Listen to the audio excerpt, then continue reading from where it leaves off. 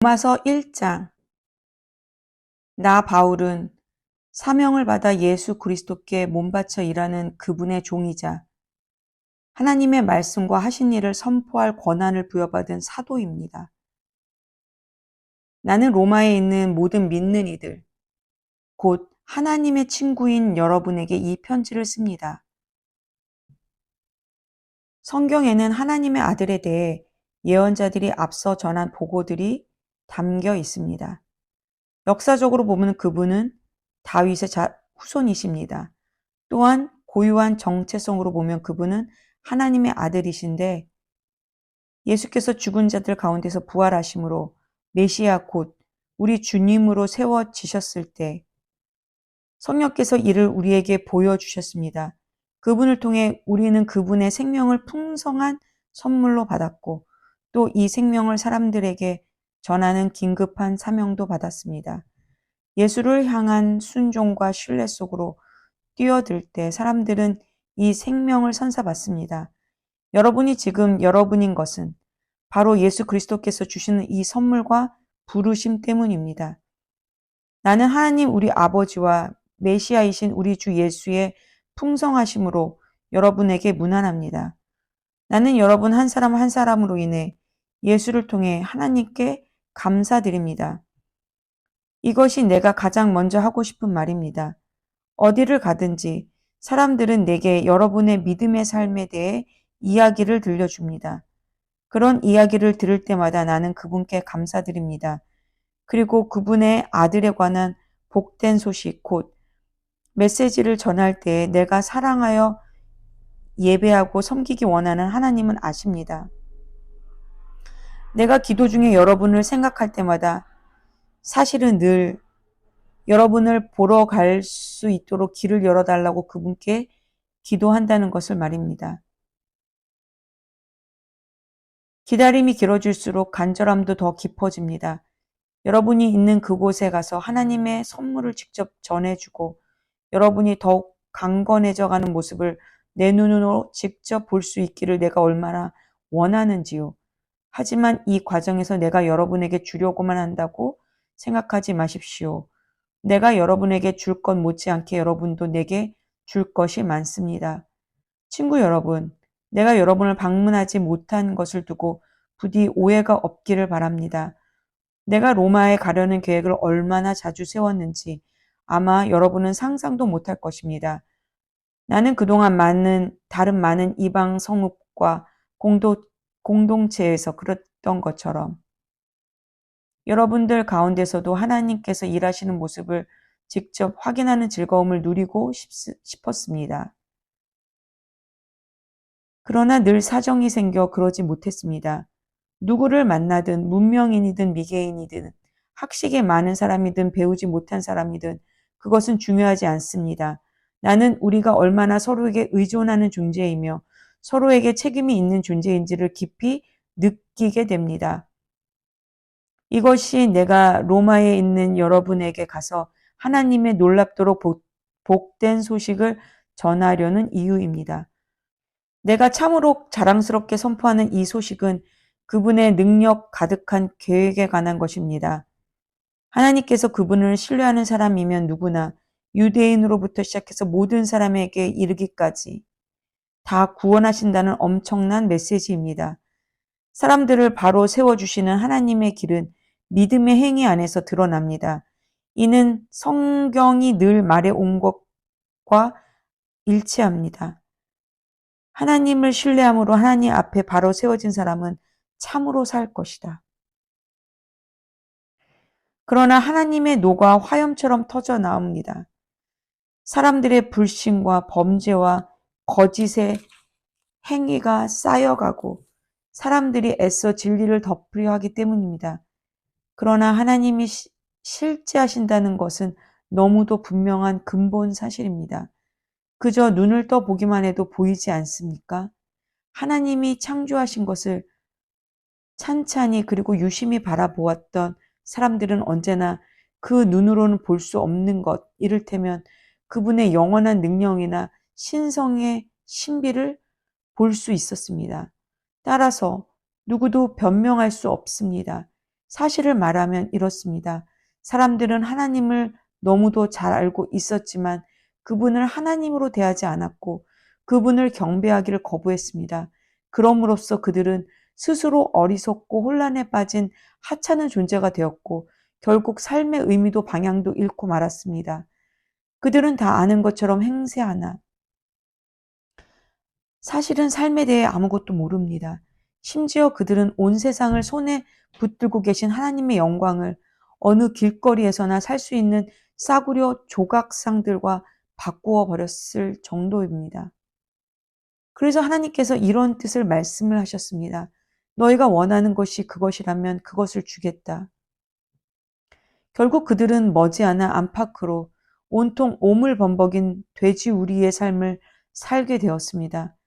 그것은 다 그들이 참 하나님을 거짓신과 바꾸었기 때문입니다.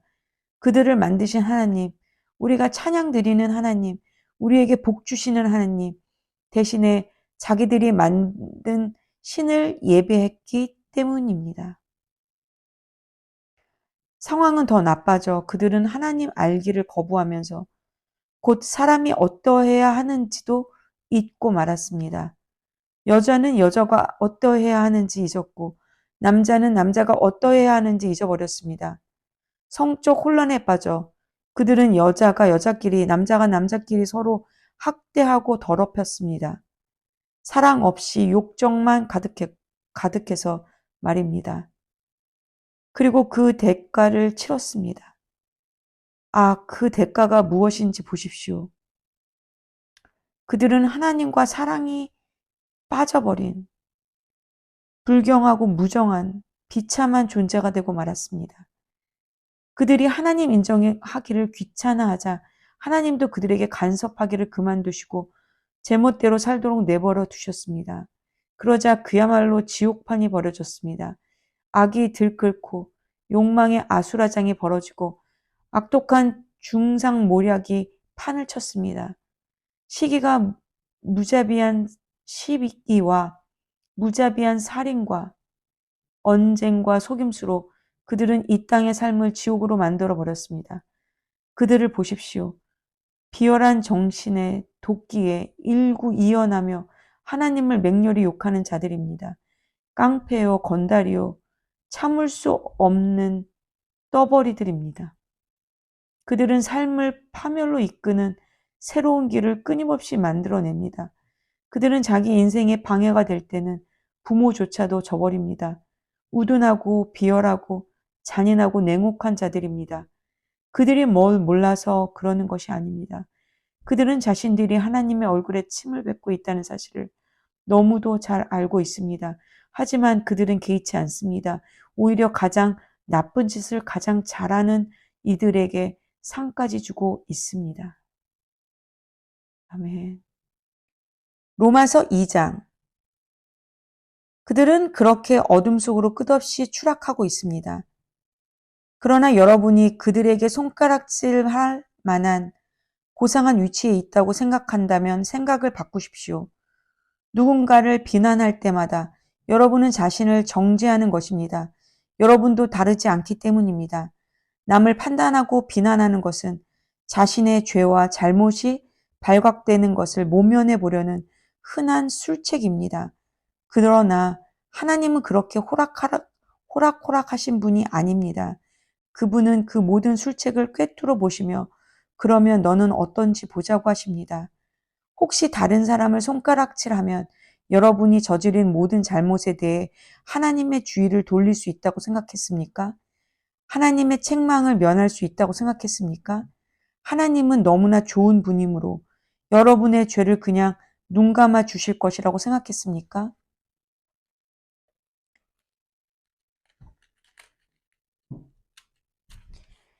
그렇다면 처음부터 생각을 완전히 달리하는 것이 좋습니다. 예, 하나님은 좋은 분이십니다. 그러나 결코 만만한 분은 아니십니다. 하나님이 좋은 분이라는 말은 우리 손을 꼭 붙잡고서 우리를 근본적인 삶의 변화 속으로 이끌어 주신다는 말입니다. 얼렁뚱땅 넘어갈 생각은 마십시오. 하나님을 거부하고 회피하는 일은 다 무엇이든 불을 키우는 일입니다. 이 불이 마침내 뜨겁게 활활 타오르는 날, 하나님의 의롭고 불같은 심판의 날이 다가오고 있습니다. 착각하지 마십시오. 여러분은 결국 여러분이 자초한 결과에 직면하게 될 것입니다. 하나님 편에서 일하는 이들에게는 참 생명이 자기 마음대로 살기를 고집하며 쉽게만 살려는 이들에게는 불이 찾아올 것입니다. 하나님의 길을 거부한다면 대일 수밖에 없습니다. 여러분이 어디에서 살았고 어떤 부모 밑에서 자랐고 어떤 학교를 다녔는지는 아무 상관이 없습니다. 다만 여러분이 하나님이 행하시는 길을 받아들이고 따르면 어마어마한 유익이 있을 것입니다. 이 또한 여러분의 출신이나 성장 배경과는 아무 상관이 없습니다. 여러분 일이라고 해서 하나님께 자동적으로 인정받는 법은 없습니다. 하나님은 여러분에 대한 다른 사람들의 말, 혹 여러분 스스로의 생각에 전혀 상관치 않으십니다. 그분은 스스로 판단하십니다. 죄인 줄 모르고 죄를 짓는 경우라면 하나님은 정상을 참작해 주십니다. 그러나 죄인 줄 알면서도 죄를 짓는다면 그것은 완전히 다른 이야기입니다. 하나님의 법을 듣기만 하고 그 명령을 행하지 않는다면 그것은 시간 낭비일 뿐입니다. 하나님이 중요하게 여기시는 것은 듣는 것이 아니라 행하는 것입니다. 하나님의 법을 전혀 들어본 적이 없는 사람들도 직관을 따라 하나님의 법을 따르는 경우가 있습니다. 그런 그들의 순종은 하나님의 법이 진리임을 확증해 줍니다. 그들은 하나님의 법이 밖에서부터 우리에게 부과된 낯선 것이 아니라 우리가 창조될 때 우리 안에 새겨진 것임을 보여줍니다. 그들의 내면 깊은 곳에는 하나님의 말씀하시는 그렇다와 아니다에 그분의 옳다와 그르다에 공명하는 무언가가 있습니다. 하나님의 그렇다와 아니다에 대해 그들이 어떻게 응답했는지 하나님께서 모든 남녀들에 대해 최종 심판을 내리시는 그날 온 천하에 다 공개될 것입니다. 이는 내가 예수 그리스도를 통해 선포하는 하나님의 메시지에 다 들어있는 이야기입니다. 유대인으로 성장한 이들에게 말합니다. 여러분의 종교가 여러분이 기댈 수 있는 안전한 품이라도 되는 줄 착각하지 마십시오. 하나님의 계시에 정통하다고 하나님에 관해서라면 최신 교리까지 다 꿰고 있는 최고 전문가라고 목에 힘주고 다니지 마십시오. 특히 스스로 다 갖추었다고 확신하는 여러분, 하나님의 계시된 말씀을 속속들이 다 알기 때문에 어두운 밤길을 헤매면서 하나님에 대해 혼란스러워하는 이들에게 길 안내자가 되어줄 수 있다고 자처하는 여러분에게 경고해 줄 말이 있습니다. 여러분이 다른 사람들을 인도한다고 하지만 정작 여러분은 어떻습니까? 나는 지금 정색하고 말합니다.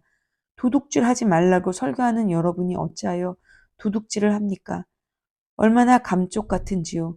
간음도 마찬가지입니다. 우상 숭배도 마찬가지입니다.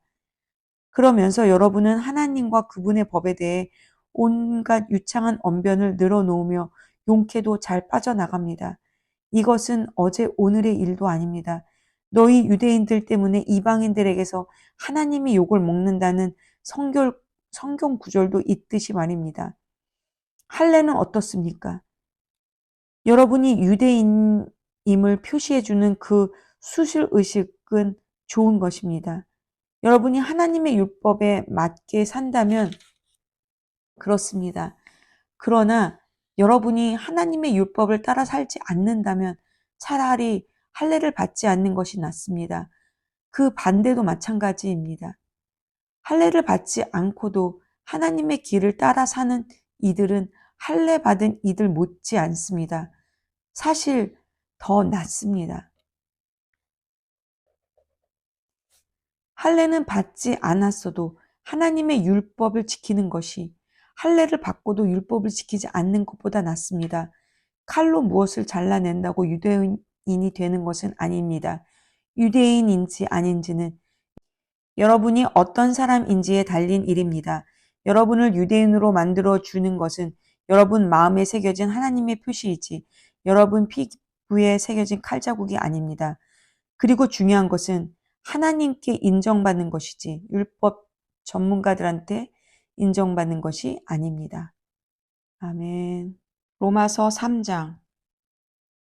그렇다면 유대인인 것과 아닌 것, 다시 말해 하나님의 길에 대해 훈련받은 것과 그렇지 못한 것은 무슨 차이가 있을까요? 사실 큰 차이가 있습니다. 그러나 사람들이 흔히 생각하는 그런 차이는 아닙니다. 우선 유대인들에게는 하나님의 계시, 곧 성경을 기록하고 보존할 책임이 맡겨졌습니다. 그 과정에서 유대인들 중 일부가 자신의 임무를 저버렸던 것은 사실이지만 하나님은 그들을 저버리지 않으셨습니다. 여러분은 그들이 신실하지 못했다고 해서 하나님도 신실하기를 포기하실 수 있다고 생각합니까? 결코 그럴 수 없습니다. 세상이 다 거짓말을 일삼을 때에도 하나님은 끝까지 당신이 하신 약속을 지키시는 분입니다. 이 말은 틀림없습니다. 성경도 그렇게 말합니다. 주님의 말씀은 변함이 없고 참되십니다. 거부를 당해도 주님은 흔들리시지 않습니다. 그런데 이런 질문이 나올 수 있습니다. 우리의 악한 행위가 오히려 하나님의 의로운 행위를 분명히 드러내고 확증한다면 그 일로 우리는 오히려 칭찬받아야 하는 것 아닌가? 우리의 악한 말이 그분의 선한 말씀에 흠집 하나 내지 못한다면 하나님께서 우리를 다그쳐 우리 말에 책임을 묻는 것은 잘못된 것 아닌가? 그 질문에 대한 대답은 아니다입니다. 결코 그렇지 않습니다. 생각해 보십시오. 하나님께서 바르지 않은 일을 하신다면 어떻게 그분께서 세상을 바로 세우실 수 있겠습니까? 그저 심사가 뒤틀려서 이렇게 말할 수도 있습니다. 나의 거짓됨이 하나님의 참되심을 더욱 영광스럽게 드러내 준다면 왜 내가 비난을 받아야 하는가? 하나님한테 좋은 일을 하는 것인데. 실제로 어떤 이들이 우리가 그렇게 말한다고 말을 퍼뜨리기도 합니다. 그들은 우리가 악을 더 많이 행할수록 하나님은 선을 더 많이 행하시니 악을 더 많이 행하자 하고 말하며 다닌다고 주장합니다. 이는 순전히 중상모략인 것을 여러분도 잘 아시리라 믿습니다. 그렇다면 우리의 처지는 어떻습니까? 우리 유대인들이 다른 이들보다 더 운이 좋은 것일까요? 사실 그렇지 않습니다. 기본적으로 우리는 유대인이든 이방인이든 모두 똑같은 조건에서 출발합니다. 다시 말해, 우리는 다 죄인으로 출발합니다. 이 점에 대해 성경은 더할 나위 없이 분명합니다. 바르게 사는 자 아무도 없다. 단 한 사람도 없다. 살이 분별하는 자 아무도 없고 하나님께 깨어 있는 자 아무도 없다. 다들 잘못된 길로 접어들어 다들 막다른 길에서 헤매고 있다. 바르게 사는 자 아무도 없다. 이런 사람 단 한 사람도 나는 찾을 수 없다. 그들의 목은 입 열린 무덤이요. 혀는 진흙 비탈길처럼 반지르르하다. 하는 말마다 독이 서렸고 입을 열면 공기를 오염시킨다. 올해의 죄인이 되려고 각축전을 벌이며 세상을 온통 비통과 파멸로 어지럽힌다. 사람들과 더불어 사는 법이라고는 기본조차 모르는 그들. 하나님은 안중에도 없다. 그렇다면 분명하지 않습니까? 성경에 기록된 모든 말씀은 다른 사람에 대한 말씀이 아니라 바로 우리에게 하시는 말씀입니다. 성경은 처음부터 우리를 향한 말씀이었습니다.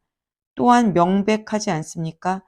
우리는 하나같이 다 죄인이며 다 함께 한 배를 타고서 가라앉을 수밖에 없는 사람들입니다. 하나님의 계시와 관련 있는 민족이라고 해서 우리가 자동적으로 하나님 앞에 바로 서게 되는 것은 아닙니다. 우리는 다만 모든 사람의 죄에 우리 역시 연루되어 있다는 사실을 직시하게 될 뿐입니다. 그런데 우리 시대에 와서 새로운 것이 더해졌습니다. 모세와 예언자들이 그들 시대에 증언했던 이 일이 실제로 일어난 것입니다. 그들이 증언한 하나님이 바로 세워주시는 일이 이제 우리에게는 예수께서 바로 세워주시는 일로 나타났습니다. 이는 우리말을 위한 것이 아니라 그분을 믿는 모든 사람들을 위한 것입니다. 이 점에서 우리와 그들 사이에 아무런 차이가 없습니다. 우리나 그들이나 다 죄인으로 오랫동안 비참한 전과를 쌓아왔고 하나님께서 뜻하시는 그 영광스러운 삶을 살아낼 능력이 전혀 없다는 것도 입증되었습니다. 그래서 하나님께서 친히 우리를 위해 일해 주셨습니다. 순전히 은혜로 그분은 우리를 그분 앞에 바로 세워 주셨습니다. 이는 전적으로 그분의 선물입니다. 그분은 우리를 진창에서 건져 주셨고 우리가 있기를 늘 원하셨던 자리로 우리를 되돌려 주셨습니다. 바로 예수 그리스도를 통해 그 일을 하셨습니다. 하나님은 세상의 제단 위에 예수님을 희생 제물로 삼으셔서 세상으로 하여금 죄를 면하게 해 주셨습니다. 그분께 믿음을 둘 때 우리는 죄를 면하게 됩니다. 하나님은 이 일, 곧 예수의 희생을 통해 세상으로 하여금 그분 앞에서 죄를 면하게 해주신 이 일을 만천하에 드러내셨습니다. 하나님은 그동안 오래 참으신 죄들을 마침내 이렇게 처리해 주신 것입니다. 이는 분명히 드러난 일일 뿐 아니라 또한 지금 일어나고 있는 일입니다. 이것은 현재 진행 중인 역사입니다. 하나님은 모든 것을 바로 세워주고 계십니다. 또한 우리로 하여금 바로 세워주시는 그분의 의로우심 안에서 살 수 있게 해 주십니다. 그렇다면 우리 교만한 유대인들의 옥신각신하는 주장들은 어떻게 되는 것입니까? 무효가 되는 것입니까? 그렇습니다. 무효가 되었습니다. 우리가 알게 된 것은 이것입니다. 우리가 행하는 일에 하나님이 응답하시는 것이 아니라는 것입니다. 사실은 하나님이 행하시는 일에 우리가 응답하는 것입니다. 마침내 우리는 이 사실을 깨닫습니다. 우리의 삶이 하나님과 또 다른 모든 사람들과 발맞추어 나가려면 우리가 그분의 발걸음을 따라가야지 거만하고 초조한 마음으로 우리가 행진을 이끌려고 해서는 안 됩니다. 그렇다면 하나님에 대해 독점권을 가졌다고 하는 우리 유대인들의 교만한 주장은 또 어떻게 되는 것입니까? 이 또한 무효가 되었습니다. 하나님은 유대인들의 하나님일 뿐 아니라 또한 이방인들의 하나님이기도 합니다. 하나님은 오직 한 분이신데 어찌 그렇지 않을 수 있겠습니까? 하나님은 당신이 하시는 일을 기꺼이 받아들이고 그 속으로 뛰어드는 사람이면 누구나 다 그분 앞에 바로 세워주십니다. 우리 종교의 제도를 따르는 이들뿐 아니라 우리 종교에 대해 들어본 적 없는 이들도 마찬가지입니다. 그런데 우리가 초점을 우리가 행하는 일에서 하나님이 행하시는 일로 옮긴다는 것은 하나님의 규례와 법도를 신중히 따르던 삶을 취소한다는 말일까요? 전혀 그렇지 않습니다. 오히려 우리 삶 전체를 제자리에 놓음으로써 그 삶을 더 굳게 세웁니다. 아멘. 로마서 4장. 그렇다면 우리 믿음의 첫 조상 아브라함 이야기를 이 새로운 관점에서 보면 어떨까요? 만일 아브라함이 하나님을 위해 이룬 일로 하나님의 인정을 얻어낸 것이라면 당연히 그 공로를 인정받았을 것입니다. 그러나 우리에게 전해진 이 이야기의 주인공은 하나님이지 아브라함이 아닙니다. 성경은 우리에게 이렇게 말합니다. 아브라함은 하나님이 그를 위해 일하시는 일에 뛰어들었다. 바로 그것이 전환점이 되었다. 그는 자기 힘으로 바로 서려고 애쓰는 대신에 하나님께서 자신을 바로 세워 주실 것을 신뢰했다. 만일 여러분이 열심히 해서 어떤 일을 해낸다면 여러분은 보수를 받을 자격이 생깁니다. 그때 여러분이 받는 것은 임금이지 선물이 아닙니다. 그러나 여러분이 그 일을 감당할 수 없어 오직 하나님만이 하실 수 있는 일이라고 인정하고 그분께서 해주실 것을 신뢰한다면 바로 그 신뢰가 여러분을 하나님에 의해 하나님 앞에 바로 세워줍니다. 이렇게 하나님 앞에 바로 서는 일은 여러분의 힘으로 아무리 오랫동안 수고하고 애쓴다 해도 결코 해낼 수 없는 일입니다. 이는 전적으로 그분의 선물입니다. 이 새로운 관점은 다윗에게도 확증됩니다. 그는 자신의 공로 하나 없이 오직 하나님께서 모든 것을 바로 세워주실 것을 신뢰하는 사람은 복이 있다고 말합니다. 그 범죄가 지워지고 지은 죄 말끔히 씻어진 사람은 복이 있다. 주님께 그 죄를 청산받은 사람은 복이 있다. 혹시 여러분은 이런 복이 우리 종교의 길을 따르는 할례받은 사람에게만 선언된다고 생각합니까? 우리가 따르는 길에 대해 들어본 적 없는 사람들, 하나님께 훈련받아 본 적 없는 사람들도 이런 복을 받을 수 있다는 생각은 못 해봤습니까? 일단 우리 모두가 동의할 수 있는 사실부터 말해 보겠습니다.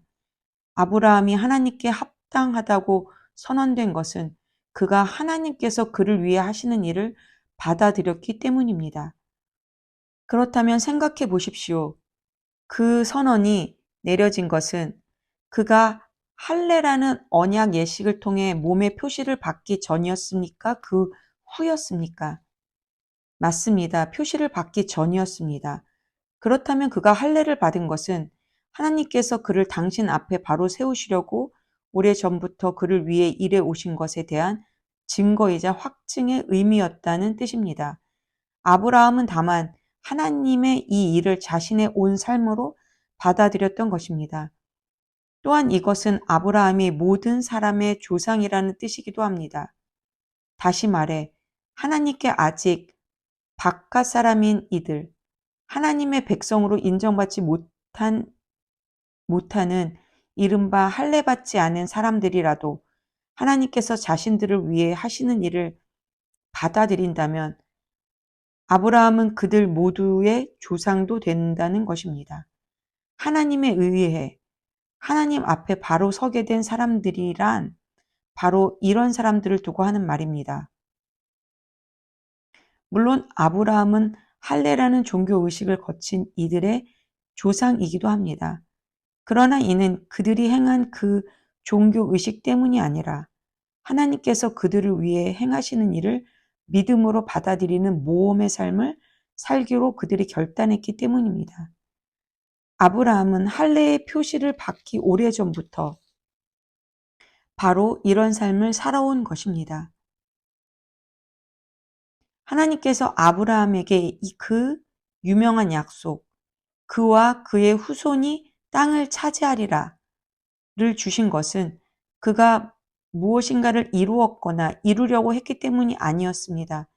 그 약속이 주어진 것은 그를 위해 모든 것을 바로 세워주시겠다는 하나님의 결정에 기초한 것이었습니다. 아브라함은 다만 믿음으로 거기에 뛰어들었을 뿐입니다.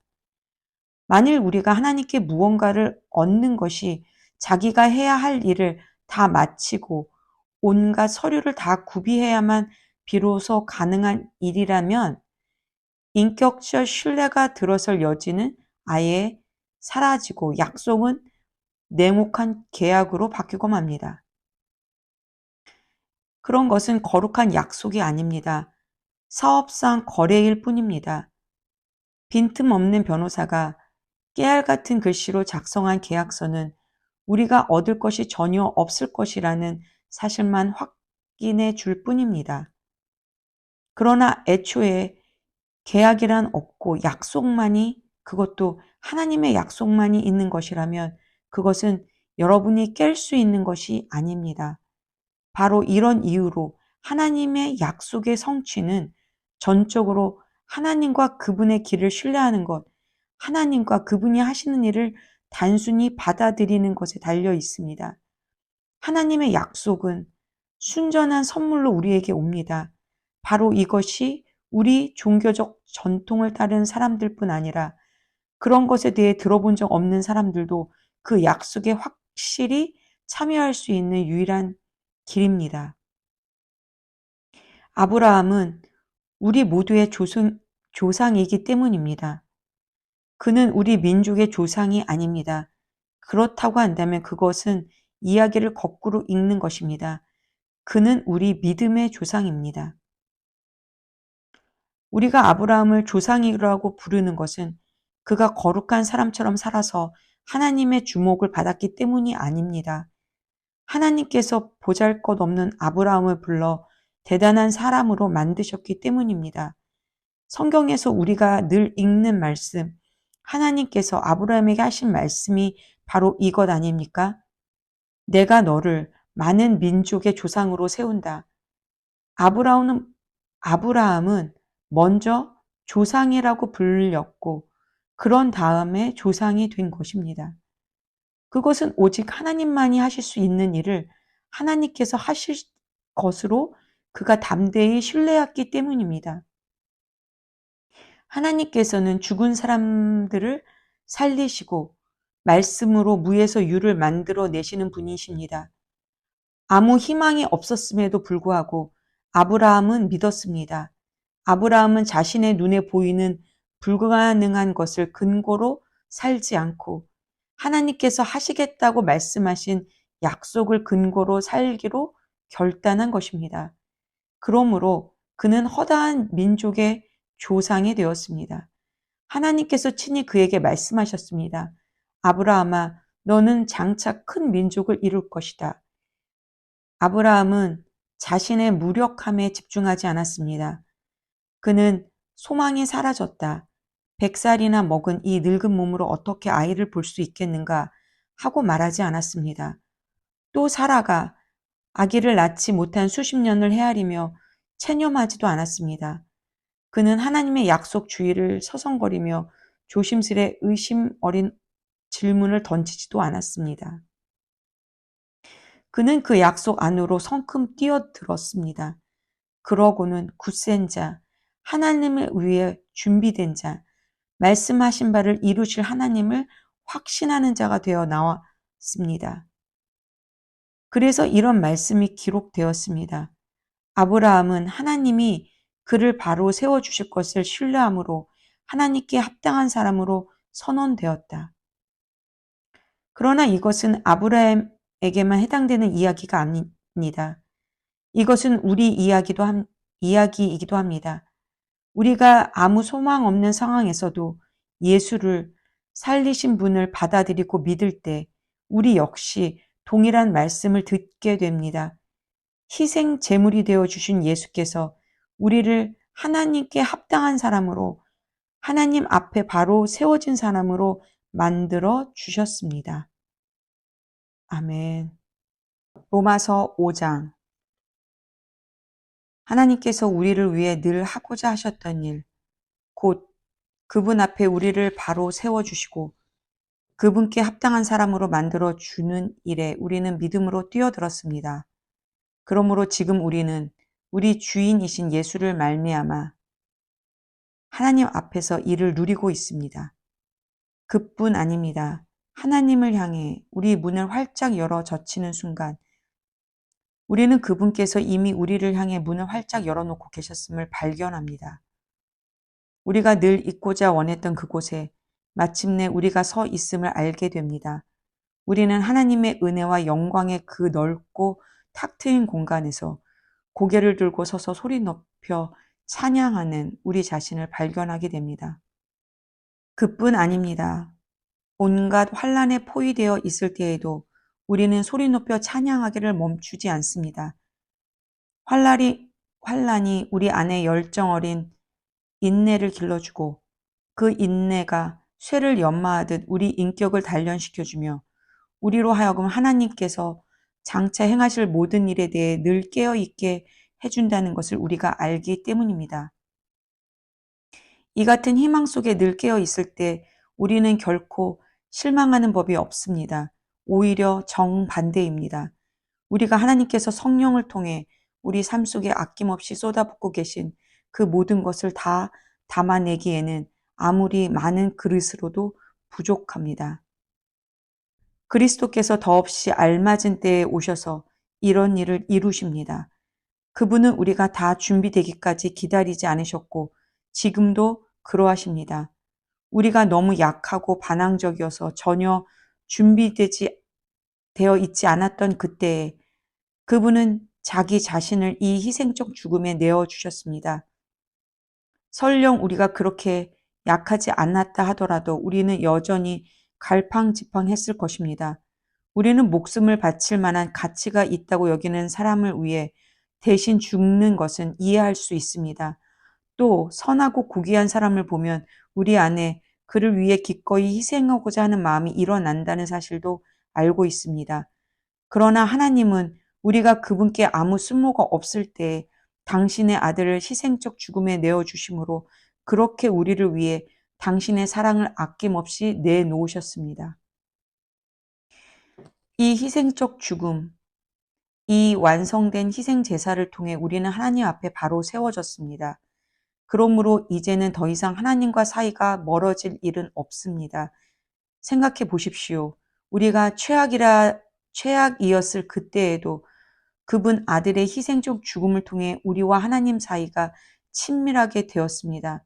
그렇다면 우리가 최선인 지금 그분의 부활 생명이 우리 삶을 얼마나 드넓고 깊게 하겠습니까? 하나님과 친구되는 이 엄청난 선물을 실제로 받아 누리고 있는 우리는 이제 더 이상 단조로운 산문적 표현에 만족할 수 없습니다. 우리는 노래하고 외칩니다. 메시아 예수를 통해 하나님께 우리의 찬양을 드립니다. 여러분은 아담이 어떻게 우리를 죄와 죽음이라는 딜레마에 처하게 만들었는지 들어서 알고 있을 것입니다. 죄와 죽음으로부터 자유로운 사람은 아무도 없습니다. 죄와 만물과 하나님과의 관계, 또 모든 사람과 하나님과의 관계에 해를 끼쳐왔지만 하나님께서 모세를 통해 자세히 상술해 주시기까지는 그 해가 어느 정도인지 분명치 않았습니다.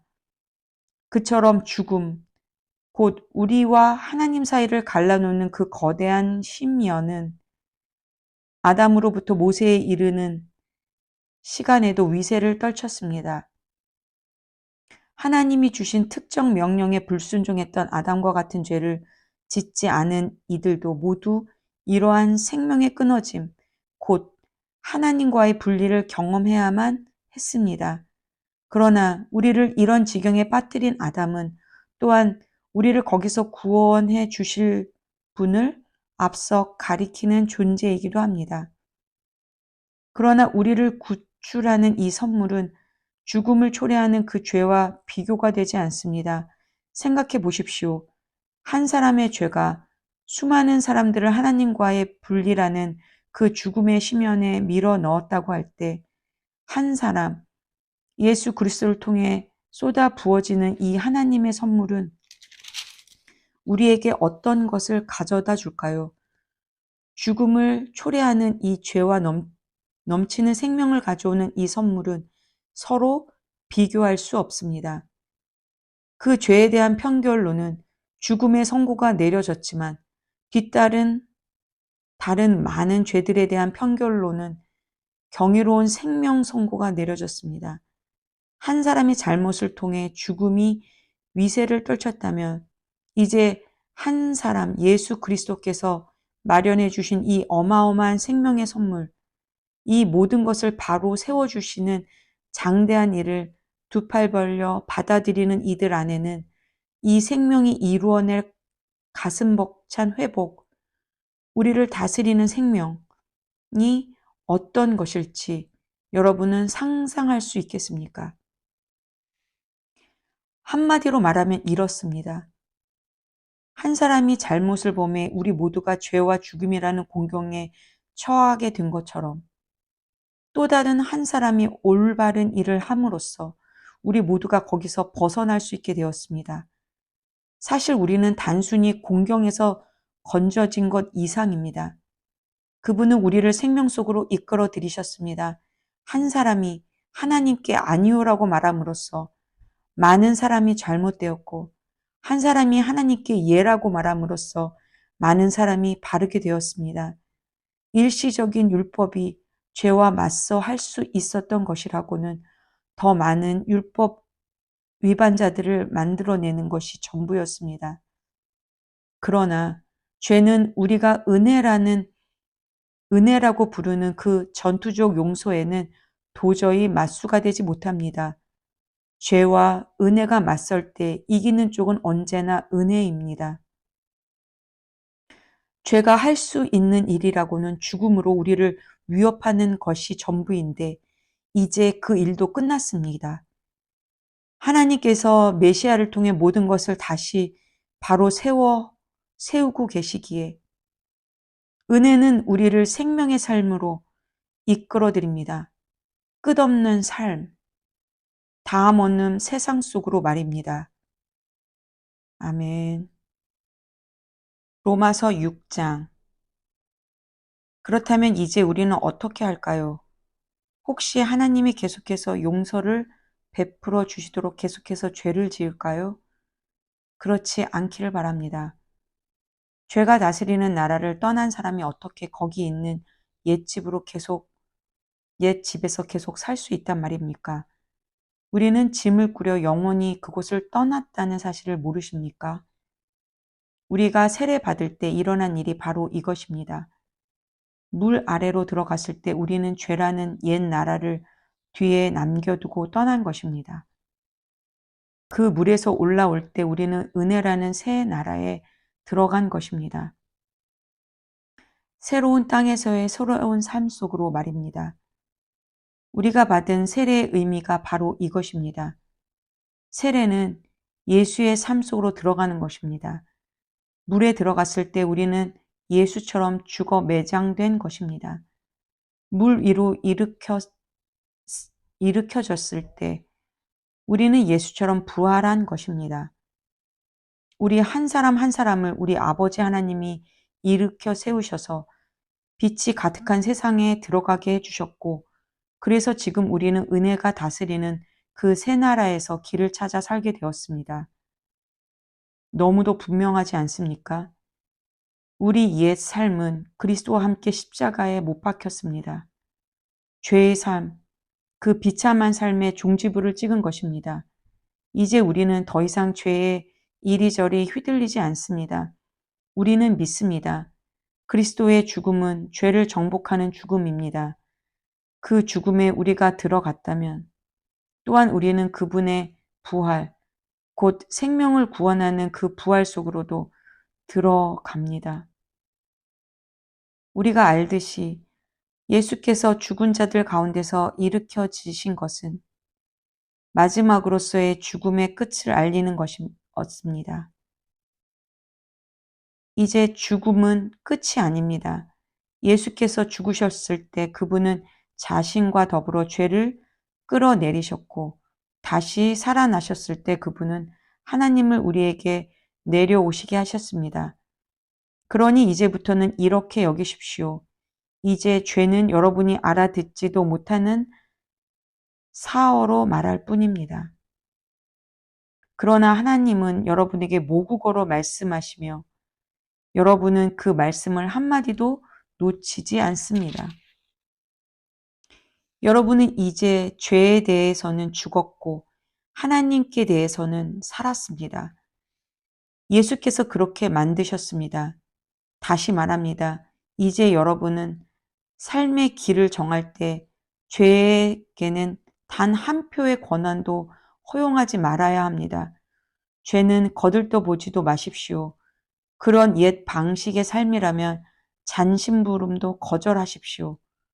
대신 여러분은 온 마음을 다하고 온 시간을 들여 하나님의 길에 헌신하십시오. 여러분은 죽은 자들 가운데서 일으켜진 살아임을 기억하십시오. 이제 여러분은 죄가 시키는 대로 살 수 없습니다. 여러분은 더 이상 그 옛 폭군의 지배 아래 있지 않기 때문입니다. 이제 여러분은 하나님의 자유 가운데 살고 있습니다. 그런데 그 옛 폭군에게서 벗어났다고 해서 우리가 옛날처럼 마음대로 살아도 좋다는 뜻입니까? 하나님의 자유 가운데 자유롭게 되었다고 해서 이제 무엇이든 내키는 대로 해도 좋다는 것입니까? 그렇지 않습니다. 여러분은 경험을 통해 알 것입니다. 자유로운 행위라지만 실은 자유를 파괴하는 행위들이 있다는 것을 말입니다. 가령 여러분 자신을 죄에 바쳐 보십시오. 그러면 그것으로 여러분의 자유의 행위는 끝이 납니다. 그러나 여러분 자신을 하나님의 길에 바쳐 보십시오. 그러면 그 자유는 결코 그치는 법이 없습니다. 여러분은 평생을 죄가 시키는 대로 살아왔습니다.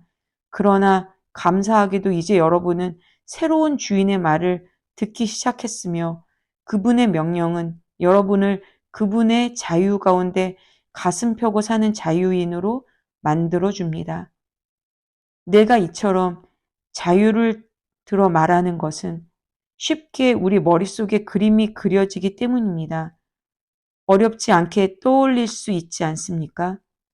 과거에 자기 마음대로 다른 사람이나 하나님은 안중에 두지 않고서 살았을 때 어떻게 여러분의 삶이 더 나빠지고 오히려 자유에서 멀어져 갔던 것을 말입니다. 그러나 이제 하나님의 자유 가운데 사는 여러분의 삶, 거룩함으로 치유받고 드넓어진 여러분의 삶은 얼마나 다릅니까?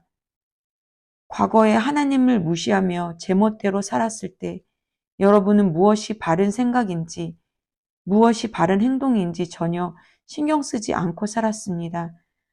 그러나 과연 그런 삶을 자유로운 삶이라고 할 수 있습니까? 그런 삶에는 여러분이 얻은 것이 대체 무엇이었나요? 이제 와서 볼 때 자랑스럽게 여길 만한 것은 하나도 없지 않았습니까? 그런 삶이 여러분을 마침내 데려간 곳은 어디였나요? 막다른 길뿐이었습니다. 그러나 더 이상 죄가 시키는 대로 살 필요가 없다는 사실을 알게 된 지금, 하나님의 말씀을 듣고 따르는 즐거움을 알게 된 지금, 여러분 놀랍지 않습니까? 여러분은 지금 온전한 삶, 치유된 삶, 통합된 삶을 누리고 있습니다. 또한 이 삶은 갈수록 더 풍성해집니다. 죄를 위해 평생 애써 일해 보십시오. 결국 여러분이 받게 될 연금은 죽음이 전부입니다. 그러나 하나님의 선물은 우리 주 예수께서 전해주시는 참된 삶, 영원한 삶입니다. 아멘. 로마서 7장. 친구 여러분, 여러분은 내가 하는 말을 이해하는데 어려움이 없을 것입니다. 여러분은 율법에 대해서라면 박식한 전문가들이기 때문입니다. 여러분이 잘 알듯이 율법의 적용과 효력은 살아있는 사람에게만 해당됩니다. 가령 아내는 남편이 살아있는 동안에 법적으로 남편에게 묶여 있지만 남편이 죽으면 자유로워집니다. 만일 남편이 살아있는데도 다른 남자와 산다면 이는 명백한 간음입니다. 하지만 남편이 죽는다면 그녀는 아무 양심의 거리낌 없이 자유롭게 다른 남자와 결혼할 수 있고 누구도 이의를 제기할 수 없습니다. 친구 여러분, 여러분에게 일어난 일이 바로 이와 같습니다. 그리스도께서 죽으셨을 때 그분의 법에 얽매이는 삶 전체를 자신과 더불어 끌어내리시고 그것을 무덤으로 가져가셨습니다. 여러분으로 하여금 부활 생명과 자유롭게 결혼할 수 있도록 그래서 하나님을 향한 믿음을 자녀로 낳을 수 있도록 하셨습니다. 우리가 옛 방식대로 다시 말해 우리 마음대로 살았을 때는 옛 율법 주문에 포위당한 채 죄에 거의 속수무책이었습니다. 그럴수록 우리는 더욱더 반항적이 되어갔습니다. 그런 삶에서 우리가 내놓은 것이라고는 유산과 사산이 전부였습니다. 그러나 더 이상 죄라는 폭압적인 배우자에게 묶여있지 않고 그 모든 포악한 규정들과 계약 조항들로부터 자유로워진 우리는 하나님의 자유 가운데 자유롭게 새로운 삶을 살 수 있게 되었습니다.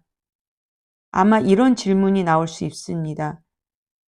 율법 조문이 그렇게 나쁜 것이라면 죄와 다를 바 없다는 것이군요. 아닙니다. 분명 그렇지 않습니다. 율법 조문에는 나름의 정당한 기능이 있습니다. 만약 옳고 그름에 대해 안내해 주는 분명한 지침이 없었다면 도덕적 행위는 대부분 어림짐작에 따른 일이 되고 말았을 것입니다. 탐내지 말라는 딱 부러지는 명령이 없었다면 아무도 나는 탐욕을 마치 덕인 양 꾸며댔을 것이며 그러다가 결국 내 삶을 파멸시키고 말았을 것입니다. 여러분 기억 못하십니까? 나는 너무도 잘 기억합니다. 율법 조항은 처음 시작할 때는 대단히 멋진 것이었습니다. 그러나 그 다음 어떻게 되었던가요? 그 명령을 죄에 왜곡하여 유혹이 되게 만들었고 그래서 결국 금지된 열매라는 것이 만들어졌습니다. 율법 조문이 나를 안내해 주는 것이 아니라 도리어 나를 유혹하는 일에 사용되어 버린 것입니다. 율법 조문이라는 장신구가 붙어 있지 않았을 때는 죄가 그저 따분하고 생기 없어 보였을 뿐 나는 그것을 별 관심을 기울이지 않았습니다. 그러나 죄가 율법 조문을 가져다가 장신구로 삼고 자신을 꾸미자 나는 그것에 속아 넘어가고 말았습니다.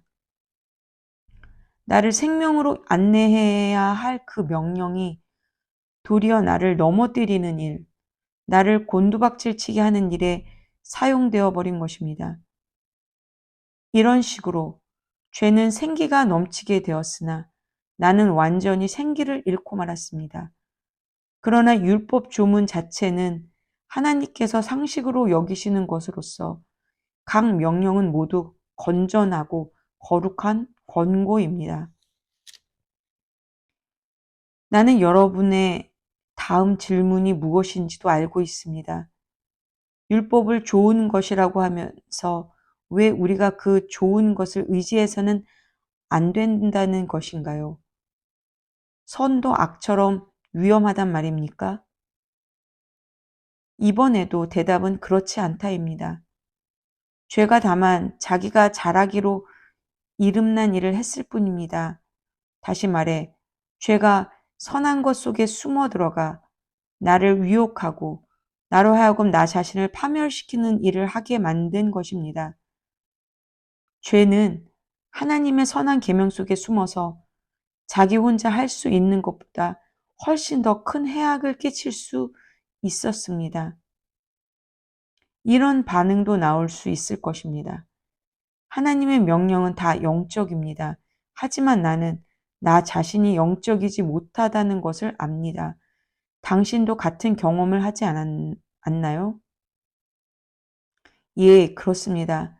나는 나 자신으로 가득합니다. 정말 나는 오랜 시간을 죄의 감옥에 갇혀 지냈습니다. 내가 내 자신에 대해 이해하지 못하는 것이 있습니다. 나는 늘 결심은 이렇게 하지만 행동은 다르게 합니다. 나 자신이 끔찍히도 경멸하는 행동들을 계속 저지르고 맙니다. 이처럼 나는 무엇이 최선인지를 알아서 실천에 옮길 수 있는 사람이 못 됩니다. 내게는 분명 하나님의 명령이 필요합니다. 사실 내게는 명령 이상의 무언가가 필요합니다. 율법을 알면서도 지키지 못하고 내 속에 있는 죄의 세력이 계속해서 나의 최선의 의도를 좌초시키고 있다면 분명 내게는 다른 도움이 필요한 것입니다. 지금 내게는 있어야 할 것이 없습니다. 나는 뜻을 품을 수 있으나 그 뜻을 행동으로 옮길 수는 없습니다. 나는 선을 행하기로 결심하지만 실제로는 선을 행하지 않습니다. 나는 악을 행하지 않기로 결심하지만 결국에는 악을 저지르고 맙니다. 나는 결심하지만 결심만 하지 행동으로 이어지지 않습니다. 내 내면 깊은 곳에서 무엇인가 잘못된 것입니다. 그래서 나는 매번 패배하고 맙니다. 이는 너무도 반복적으로 일어나는 일이어서 충분히 예측할 수 있습니다. 내가 선을 행하기로 결심하는 순간 벌써 죄가 나를 넘어뜨리려고 와 있습니다. 내가 정말 하나님의 명령을 즐거워하지만 내 안의 모든 것이 그 즐거움에 동참하는 것이 아니라는 사실 또한 분명합니다. 내 안에 다른 부분들이 은밀히 반란을 일으켜서 가장 예상치 못했던 순간에 나를 장악해버립니다. 내가 할 수 있는 일을 무엇이든 해보았지만 결국 아무 소용이 없습니다. 나는 벼랑 끝에 서 있습니다. 이런 나를 위해 무엇인가 해줄 수 있는 이 누구 없습니까? 정말 던져야 할 질문은 바로 이런 것이 아닙니까? 감사하게도 답이 있습니다. 바로 예수 그리스도께서 그 같은 일을 하실 수 있고 또 하신다는 것입니다. 마음과 생각으로는 하나님을 섬기고 싶어 하지만 죄와 세력에 끌려 전혀 엉뚱한 일을 행하는 우리의 모순 가득한 삶 속에 들어오셔서 그분은 모든 것을 바로 세우는 일을 행하셨습니다. 아멘.